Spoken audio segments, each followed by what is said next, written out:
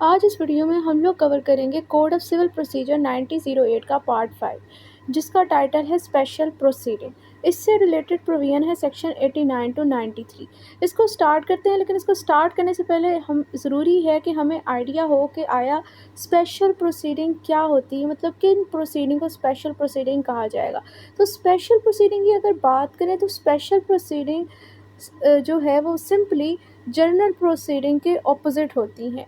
किस तरह ऑपोजिट होती हैं भाई? जैसे कि हम लोगों ने देखा है कोड ऑफ सिविल प्रोसीजर की जो पहले अपकमिंग सेक्शन हम लोगों ने कवर किए, उसमें हमने देखा कि पार्टीज़ के दरमियान अगर कोई डिस्प्यूट होता है तो वो with the help of a court अपने डिस्प्यूट को रिजॉल्व करती हैं। किस तरह? By suit institution. General proceeding में यही होता है कि अगर पार्टीज़ को आपस में इनका डिस्प्यूट है तो वो कोर्ट की मदद से अपने इस डिस्प्यूट को सॉल्व करती हैं। किस तरह सॉल्व करती हैं? सूट की मदद से। सूट इंस्टीट्यूट करती हैं और फिर आपको पता है कि दावा दायर होता है एंड सो ऑन। जो प्रोसीजर हम लोगों ने कवर किया वो फॉलो होकर डिक्री आ गई, फिर डिक्री की एग्जीक्यूशन।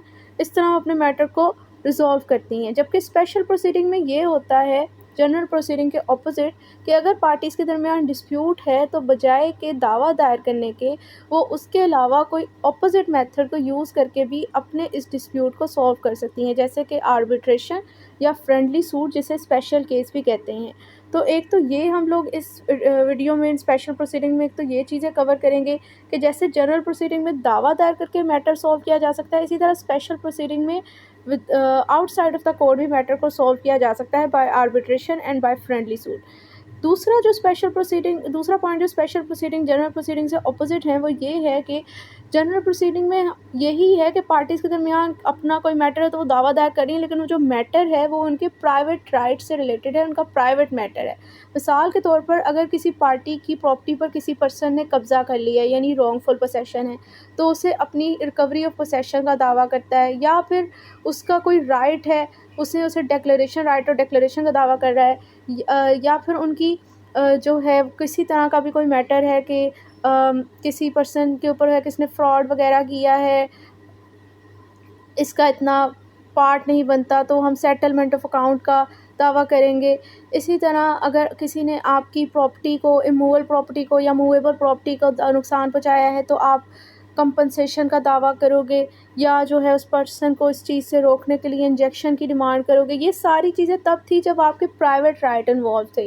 जनरल प्रोसीडिंग में आपके प्राइवेट राइट इन्वॉल्व हैं तो आप उनसे रिलेटेड कोर्ट की मदद हासिल कर रहे हो। यहाँ पर ये बताया जा रहा है इस पोर्शन में ये चीज़ भी कवर की जा रही है कि अगर तो पब्लिक मैटर से रिलेटेड डिस्प्यूट होगा तो अब उसका दावा किस तरह किया जाएगा, उसके लिए क्या स्ट्रेटजी फॉलो की जाएगी। तो लिहाजा जनरल प्रोसीडिंग और स्पेशल प्रोसीडिंग जो है वो जनरल प्रोसीडिंग के एक ऑपोजिट, एक कंट्राडिक्टरी प्रोसीडिंग होती है। क्यों? क्योंकि वहाँ पर जो मेथड बताया गया है कि कोर्ट की मदद से आप अपने मैटर को सॉल्व कर सकते हो, यहाँ पर हम ये डिस्कस करेंगे कोर्ट के बगैर भी, के जाए बगैर भी आप अपने मैटर को सॉल्व कर सकते हो। इस तरह जनरल प्रोसीडिंग में आपके प्राइवेट राइट की इन्वॉल्वमेंट होती थी, उससे रिलेटेड आप सूट इंस्टीट्यूट करते थे। यहाँ पर पब्लिक मैटर का भी कवर किया गया है कि पब्लिक मैटर से रिलेटेड भी दावा करना है तो किस तरह करना है।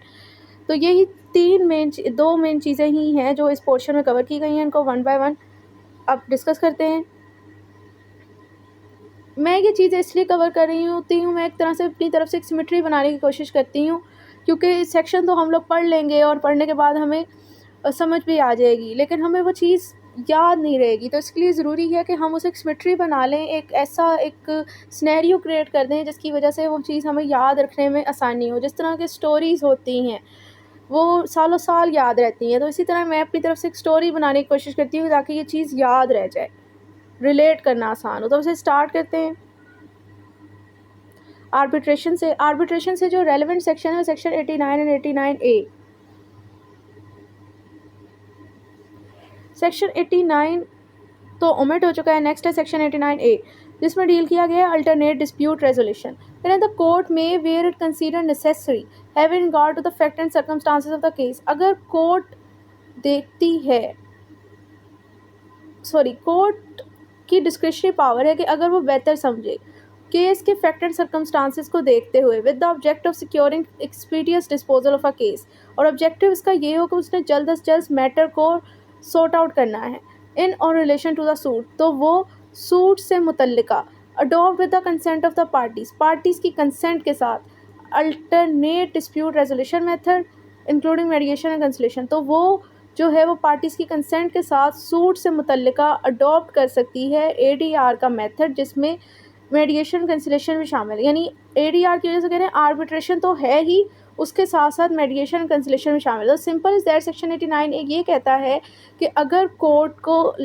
कोर्ट की डिस्क्रिशनरी पावर है कि अगर वो केस के फैक्ट एंड सर्कमस्टांसेस देखे जिसमें उसे लगता है कि ज़रूरी है कि इस मैटर को जल्द अज जल्द सॉल्व किया जाए और इसी मोटिव के तहत कि जल्द अज जल्द सॉल्व करना है, तो वो पार्टीज़ की कंसेंट के साथ ये अल्टरनेट डिस्प्यूट रेजोल्यूशन के मेथड के अडॉप्ट कर सकती है पार्टीज़ के दरमियान डिस्प्यूट को सॉल्व करवाने के लिए।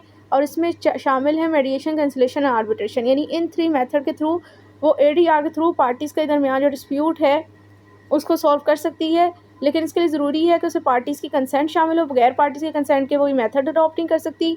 और अगर उसे नज़र आ रहा हो कि केस के सर्कमस्टांसेस हैं कि मतलब इस तरह के मैटर के थ्रू ये सॉल्व हो सकता है, ADR के थ्रू मैटर सॉल्व हो सकता है, तब ये करेगी। अब यहाँ पर ये सेक्शन तो यहाँ पर ख़त्म हो गया। अब यहाँ पर जो 3 इंपॉर्टेंट टर्मिनोलॉजीज़ आ जाती हैं जिनको कवर करना बहुत ज़रूरी है, क्योंकि उनको एक्सप्लेन किए बगैर, समझे किए बगैर ये सेक्शन जो है वो इनकम्प्लीट है। सबसे जैसे कि आर्बिट्रेशन, मेडिएशन, कंसिलेशन। अब इन तीनों को हम लोग पहले इनको डिफाइन करते हैं, फिर इनका डिफरेंस, जब इनकी डेफिनेशन पता चल जाएगी तो डिफरेंस ऑटोमेटिकली ही करना आसान हो जाएगा। तो आर्बिट्रेशन से कवर स्टार्ट करते हैं। आर्बिट्रेशन बेसिकली क्या है तो ये एक ADR टेक्निक यानी अल्टरनेट डिस्प्यूट रेजोल्यूशन टेक्निक है।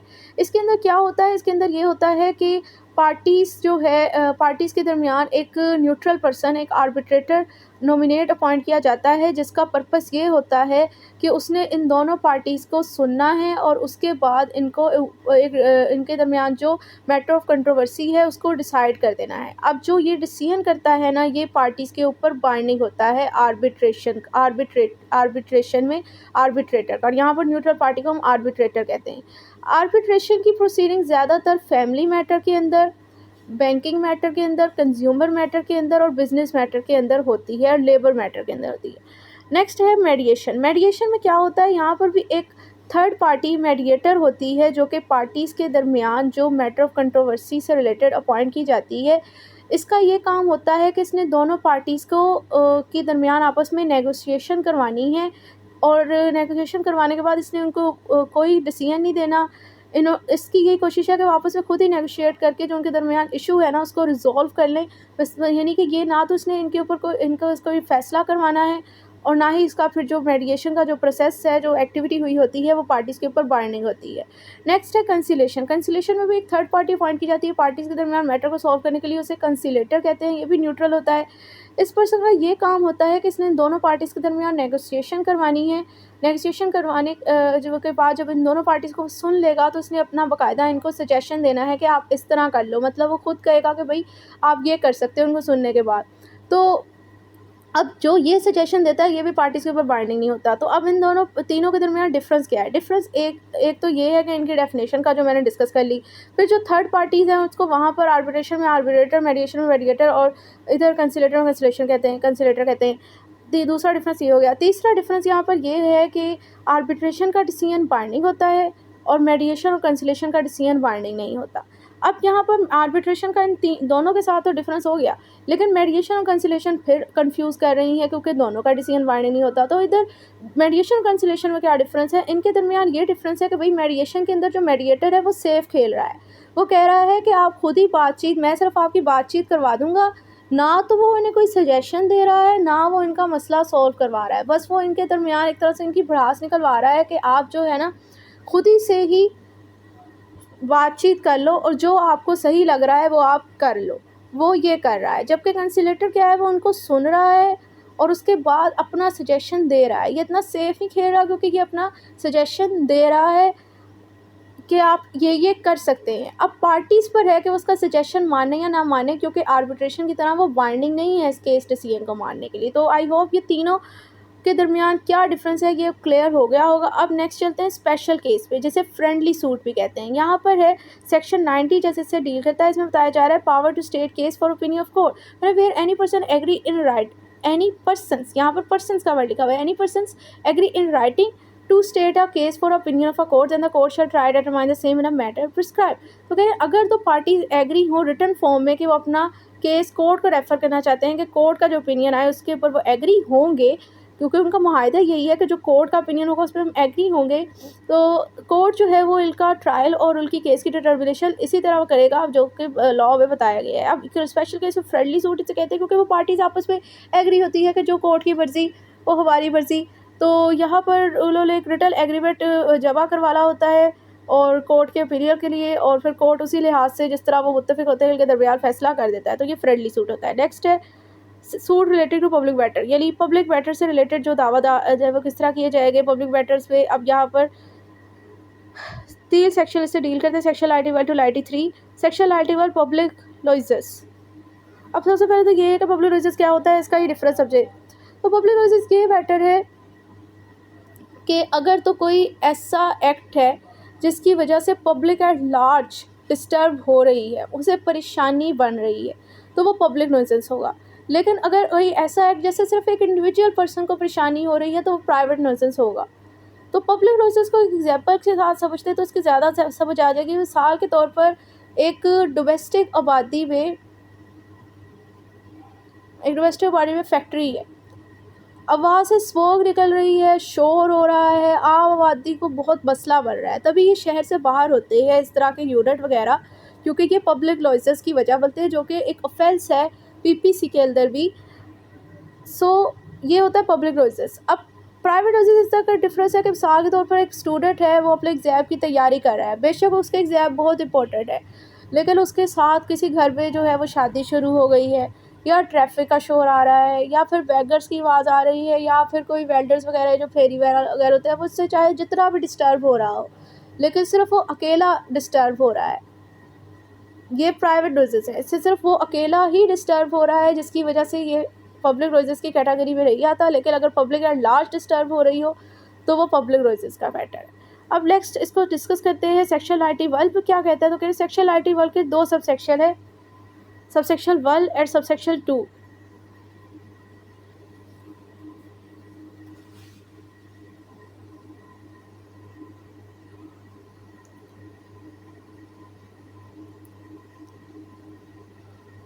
Subsection 1, in the case of a public nuisance the advocate general, यानी कि सरकारी वकील, और 2 और more person having with the leave of court में इंस्टीट्यूट अ सूट।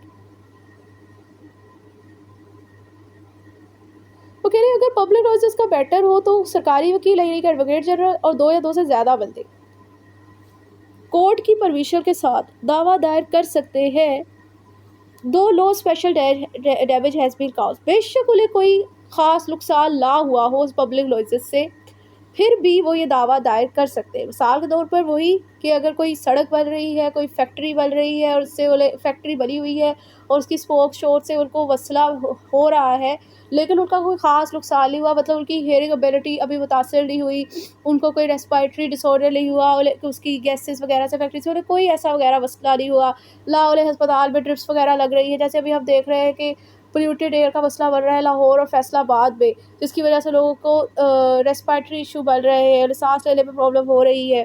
तो कह रहे हैं कि इसी तरह अगर कोई फैक्ट्री है और वो लोग डोमेस्टिक आबादी भी है और उसकी वजह से लोगों को ऐसा कोई नुकसान नहीं हो रहा, बेशक नहीं हुआ, तो ये ज़रूरी नहीं है कि नुकसान हो तो तभी आप पब्लिक नॉइसेस का मैटर पर दावा दायर कर सकते हो, ये ला भी हो तब भी आप कर सकते हो। वो कह रहे हैं कि अगर ला भी हुआ हो तब भी सरकारी वकील 2 या 2 से ज़्यादा बंदे कोर्ट की परमिशन के साथ दावा दायर कर सकते हैं। किस पर्पज़ के लिए? For a declaration and injection and for such other relief as may be appropriate to the circumstances of the case। किस लिए दावा दायर कर सकते हैं? इंजेक्शन के लिए, मसलन वो कहेंगे इस फैक्ट्री को इसकी जो एक्टिविटीज़ हैं हैज़र्ड्स एक्टिविटी से रोका जाए, इसके लिए डिक्लेरेशन के लिए चीज़ डिक्लेयर की जाए कि ये वाकई इंसानी सेहत के लिए फैक्ट्री का काम जो है वो प्रॉब्लमेटिक है। अब मैंने फैक्ट्री की एग्जांपल दी है तो मैं उसी के साथ ही एग्जाम्पल में सिचुएशन बना कर बता रही हूँ। कह रही है या फिर कोई दूसरा ऐसा रिलीफ जो कि केस के सर्कमस्टांसेस में बेहतर लग रहा है कि ये ग्रांट किया जाए। मिसाल के तौर पर कहते हैं कि इस फैक्ट्री को कहा जाए कि भाई बंद करें अपना काम यहाँ से। Next section subsection 2, nothing in this section, या एक टाइमिंग वगैरह मुकर्रर कर दें कि इतने टाइमिंग में ये काम करेगी और इतने टाइम में नहीं करेगी। Subsection 2, nothing in this section shall be deemed to limit or otherwise affect any right of suit which may exist independently of its provision. इस सबसेक्शन की ये एक तरह से देखा जाए एक्सेप्शन है। वो कह रहे हैं कि अंडर दिस सेक्शन कोई भी ऐसी चीज़ नहीं है जो कि, नहीं एक्सेप्शन नहीं है, वो कह रहे हैं अंडर दिस सेक्शन कोई भी ऐसी चीज़ नहीं है जो कि अफेक्ट कर रही हो या वैसे किसी और तरीका कार के तहत अफेक्ट करे किसी ऐसे पर्सन के राइट को जो कि अंडर दिस प्रोविजन भी इंडिपेंडेंटली तौर पर उस पर्सन के पास था, उस चीज़ को ये अफेक्ट नहीं कर रही। अब इसको एक एग्जांपल से समझते हैं तो ज़्यादा समझ आएगी बेहतर। तो इसकी एग्जांपल ये है कि जैसे कि अब एक जगह पर फैक्ट्री लगी हुई है और उससे बाकी सारी लोकेलिटी ने दावा दायर कर दिया है कि इस फैक्ट्री की जो एक्टिविटी है उसे हैज़र्ड डिक्लेयर किया जाए, इनको अपनी इस एक्शन से रोका जाए और इन्हें कहा जाए कि फैक्ट्री बंद करें। उन्होंने ये रिलीफ मांगे हैं कोर्ट से। अब कोर्ट इनके मैटर को सुन रही है और दूसरी पार्टी इंस्टीट्यूट कर देती है दावा कि ये जो फैक्ट्री यहाँ पर लगी हुई थी इसकी वजह से मेरी हेयरिंग एबिलिटी डिस्टर्ब हो गई है, मेरे अब जो है सुन नहीं पाता सही से, मेरी 70% वो कहता है कि हेयरिंग एबिलिटी ही डिस्टर्ब हो गई, इस वजह से नुकसान हो गया है, मैं डेफ़ हो गया हूँ या मेरे डेफ़ होने के चांसेस हैं। तो अब ये इस पर्सन का इंडिपेंडेंटली तौर पर राइट था। अब ये नहीं कि इन लोगों ने सूट इंस्टीट्यूट कर दिया था तो उस पर्सन का जो इंडिपेंडेंटली राइट था इस चीज़ से मैटर वो कर नहीं सकता था, वो कर सकता है, उसे रोका नहीं गया। Section 92 public charities.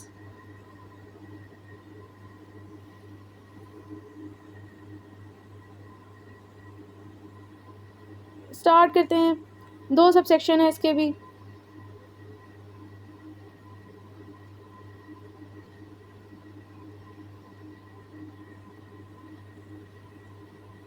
दो सब सेक्शन है। सबसेक्शन 1 क्या कहता है? Subsection 1 state that in the case of any alleged breach of any express or constructive trust, in the case of any alleged breach of any express or constructive trust created for public purpose of a charitable or religious nature, or where the direction of the court is deemed necessary for the administration of any such trust. सो ये public charity से matter से मतलब case दायर करने के लिए 2 scenario में इससे मतलब केस दायर किया जा सकता है। पहला ये कि अगर तो एलिगेशन हो, इल्ज़ाम हो कि किसी ऐसे ट्रस्ट की वायलेशन की गई है जो कि पब्लिक पर्पस के लिए एक्सप्रेसिवली या कंस्ट्रक्टिव ये से मुराद ये है कि वो बगैर किसी एक्सप्रेस वे के थ्रू यानी कि बाय कंडक्ट जो है वो क्रिएट किया गया था। और पब्लिक पर्पस जो है वो किस नेचर के हो सकते हैं, या तो चैरिटेबल नेचर के हो सकते हैं या फिर रिलीजियस नेचर के हो सकते हैं। मतलब या तो किसी मजहबी उमूर के लिए क्रिएट किया गया था, चैरिटी के लोगों की मदद ताउन वगैरह करने के लिए क्रिएट किया गया था। यानी कि अगर तो इल्ज़ाम हो, एलिगेशन ये हो कि किसी ऐसे ट्रस्ट की वायलेशन की गई है जो कि एक्सप्रेसिवली या कंस्ट्रक्टिवली क्रिएट किया गया था पब्लिक पर्पस के लिए। और पब्लिक पर्पस 2 तरह के हो सकते हैं, चैरिटेबल और रिलीजियस। इस सिनेरियो के अंदर भी पब्लिक चैरिटी से मुतल्लिक दावा दायर किया जा सकता है। और दूसरा सिनेरियो ये है कि अगर तो कोर्ट की डायरेक्शन ज़रूरी है इसी तरह के ट्रस्ट की, मतलब जिसके ऊपर दावा है कि इस ट्रस्ट की जो पब्लिक पर्पस के लिए बनाया गया था उसकी वायलेशन की गई है, इसी तरह के ट्रस्ट की एडमिनिस्ट्रेशन यानी कि उसके निज़ाम को देखने के लिए, उसको चलाने के लिए कोर्ट की डायरेक्शन की ज़रूरत हो हमें, तो अब इन 2 सिनेरियो के अंदर हम पब्लिक चैरिटी से मुतल्लिक दावा दायर कर सकते हैं। अब कौन कर सकता है वो आगे बताया गया है कि द एडवोकेट जनरल ऑफ 2 और more person having interest in the trust. या तो सरकारी वकील कर सकता है या 2 से ज़्यादा बंदे, लेकिन उनके लिए कंडीशन है, पहले सेक्शन में नहीं थी कोई कंडीशन पब्लिक नॉइजेंस से रिलेटेड। अब यहाँ कंडीशन है कि उनका ट्रस्ट के अंदर इंटरेस्ट होना चाहिए। मिसाल यानी कि बेनिफिशरी वगैरह, क्योंकि अब ट्रस्ट के साथ हेरा फेरी हो रही है तो कौन इफेक्ट हो रहे हैं? बेनिफिशरी जिनके पर्पस की जिनके लिए बनाया गया है। तो कह रहे ये लोग जो है ना कोर्ट की परमिशन के साथ दावा दायर कर सकते हैं। अब दावा दायर करना है इन्होंने वेदर कंटिशियस और नॉट, मतलब जिस मतलब ये दावा करे बेशक उस पर उनका मुतनाज़ा है या नहीं, ये दावा दायर कर सकते हैं।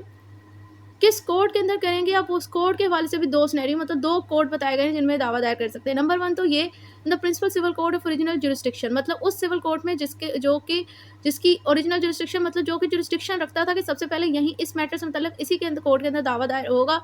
तो एक तो उस कोर्ट के अंदर कर सकते हैं, और any other court empower in that behalf by the provincial government, या कोई ऐसा कोर्ट जिसका प्रोविंशियल गवर्नमेंट इस बारे में पावर करता है कि वो भी इस मुकदमे को सुन सकता है। इसके अंदर ये लोग दावा दायर कर सकते हैं। अब ये कोर्ट कौन से समझे जाएंगे कि जिसकी ओरिजिनल जुरिस्डिक्शन है और किस कोर्ट को ये प्रोविंशियल गवर्नमेंट एम्पावर कर सकता है, उनके लिए भी कंडीशन है। और ये है कि within a local limit of jurisdiction the whole or any of the part of subject matter of trust is situate. ये वो कोर्ट समझे जाएंगे जिनकी लोकल लिमिट ऑफ जुरिस्डिक्शन में ये ट्रस्ट का सब्जेक्ट मैटर जिसका मतलब आपको इशू है उसका कुछ हिस्सा है वो सारा का सारा एग्ज़िस्ट करता है। तो वो इस अगर जिस कोर्ट की जुरिस्डिक्शन में ट्रस्ट का ये मैटर एग्ज़िस्ट करता होगा, उसी कोर्ट के बारे में हम समझेंगे कि भई इसके पास ओरिजिनल जुरिस्डिक्शन है और इस तरह के ही कोर्ट को जो है प्रोविंशियल गवर्नमेंट भी एम्पावर करेगी इस मैटर को सुनने के लिए। अब ये जो दावा दायर करेंगे ये करेंगे for the purpose to obtain a decree, decree को ऑब्टेन करने के लिए करेंगे। अब अगर इसको एक दफ़ा दोबारा मैं समझाऊँ तो ये है कि भई देखें, अगर तो आपका केस है किस चीज़ से मुतल्लिक? इस चीज़ से मुतल्लिक कि कोई ऐसा ट्रस्ट है जो कि पब्लिक पर्पज़ के लिए क्रिएट किया गया है, मगर इल्ज़ाम लगाया जाता है कि जिस पर्पज़ के लिए क्रिएट किया गया था उसकी वायलेशन हो रही है, मतलब पब्लिक के लिए यूज़ नहीं हो रहा और अब इस मैटर के मतलब आपको कोर्ट की डायरेक्शन चाहिए। तो एक तो इस सिनेरियो में नंबर 2 ये कि अगर तो एक जो ट्रस्ट है ना वो पब्लिक पर्पज़ के लिए क्रिएट हुआ है लेकिन एलिगेशन है कि ये उस पर्पज़ के लिए यूज़ नहीं हो रहा। तो दूसरा सिनेरियो ये, इन 2 सिनेरियो के अंदर आप क्या कर सकते हो, कौन-कौन पर्सन दावा दायर कर सकता है? एक तो सरकारी वकील यानी एडवोकेट जनरल और एक तो वो 2 या 2 से ज़्यादा लोग, मतलब 1 बंदा नहीं 2 तो ला मिनिमम है होने चाहिए। वो लोग जिनका इंटरेस्ट इन्वॉल्व है इस ट्रस्ट में, वो दावा दायर कर सकते हैं कोर्ट के अंदर। किस पर्पज़ के लिए? डिक्री को ऑब्टेन करने के लिए। अब वो कोर्ट कौन से होंगे? कोर्ट जो है वो भी 2 पॉसिबिलिटी हैं। एक तो नंबर 1 वो कोर्ट जिसकी ओरिजिनल जुरिस्डिक्शन होगी इस मैटर के हवाले से। ओरिजिनल जुरिस्डिक्शन किस कोर्ट की समझी जाएगी? जिसकी लोकल लिमिट ऑफ जुरिस्डिक्शन में वो जो ट्रस्ट जिसके मतलब आप दावा दायर कर रहे हो, मतलब जो ट्रस्ट का सब्जेक्ट मैटर है जिसमें आप दावा दायर कर रहे हो वो मुकम्मल तौर पर या उसका कुछ हिस्सा एग्ज़िस्ट करता है। या आप उस कोर्ट के अंदर दावा दायर कर सकते हो जिसको प्रोविंशियल गवर्नमेंट इस बारे में अथॉरिटी देता है कि हाँ भाई आप सुन सकते हो। और वो किस कोर्ट को दे सकता है? जिस कोर्ट की लोकल लिमिट ऑफ जुरिस्डिक्शन के अंदर ट्रस्ट के जिस मैटर से मुतल्लिक आपने दावा दायर करना है यानी सब्जेक्ट मैटर से का कुछ हिस्सा या पूरा सिचुएट करता हो। तो आई होप कि अब क्लियर हो गया होगा सबसेक्शन 1। अब जो डिक्री आप ऑब्टेन करने के लिए दावा दायर करते हैं वो डिक्री किस तरह की नेचर की हो सकती है, मतलब आप किस तरह की डिक्री की डिमांड कर सकते हैं और किस तरह की डिक्री आपको ग्रांट की सकता है कोर्ट। तो वही कह रहे हैं कि रिमूविंग एनी ट्रस्टी, ये डिक्री जो है वो आप मतलब डिक्री किस तरह की हो सकती है जिसमें किसी ट्रस्टी को निकाला जाए, क्योंकि ज़ाहिर है वायलेशन कौन कर रहा है यहाँ पर कि कौन एडमिनिस्ट्रेटर कर रहा है ट्रस्ट को, ट्रस्टी कर रहा है। तो कह रहे हैं कि डिक्री इस सूरत में भी हो सकती है जिसमें ट्रस्टी को रिमूव करने के हवाले से भी हो सकती है, ट्रस्टी की नए ट्रस्टी की अपॉइंटमेंट के हवाले से हो सकती है, किसी ट्रस्टी को कोई प्रॉपर्टी दे दी जाए इस हवाले से भी हो सकती है, अकाउंट और की वगैरह की इंक्वायरी करने के हवाले से भी हो सकती है। एंड ये भी हो सकती है कि what proportion of trust property or the interest shall be allocated to any particular object of the trust. ये इस चीज़ के हवाले से भी हो सकती है कि कोर्ट जो है वो बाकायदा डिक्री में ये चीज़ डिक्लेयर कर दे कि जो ट्रस्ट प्रॉपर्टी का कौन सा हिस्सा या इसका इंटरेस्ट जो है वो अब जो पार्टिकुलर ऑब्जेक्ट था यानी जो पब्लिक पर्पज़ के लिए क्रिएट किया गया था ट्रस्ट के लिए यूज़ किया जाएगा, ताकि आगे जाके मसला ना हो। यानी हमें पता चल जाए कि भाई यही पोर्शन जो और यही इंटरेस्ट जो है वो ट्रस्ट प्रॉपर्टी का पब्लिक चैरिटेबल पर्पज़ के लिए यूज़ होना है। ये चीज़ बाकायदा कोर्ट डिक्लेयर कर दे ताकि उनके पास भी कोर्ट का ये डिग्री हो, वो आगे अगर कोई मैटर आए तो वो दिखा सके कि भाई ये देखें कि ये कोर्ट की तरफ से ऑर्डर है कि ये इतना पोर्शन को इसी पर्पज़ के लिए यूज़ होना था। Point F, authorising the whole or any part of the trust property to be lets or mortgage or exchange, या फिर इस चीज़ की अथॉरिटी दे दे कि ट्रस्ट प्रॉपर्टी की सारी या उसका कुछ हिस्सा सोल्ड बेच दिया जाए या गिरवी रख दिया जाए या एक्सचेंज कर लिया जाए, या कोई स्कीम सेटल करने के वाले से डिक्री हो सकती है, या फिर कोई दूसरा फर्दर या रिलीफ जो कि उन्हें केस में रिक्वायर है, केस के सर्कमस्टांसेस के कि बेटर है वो रिलीफ भी डिमांड किया जा सकता है और डिक्री में ये रिलीफ भी दे सकती है। नेक्स्ट है G subsection 2, where no suit claiming any of the relief specified in subsection 1 shall be instituted in respect of any such trust।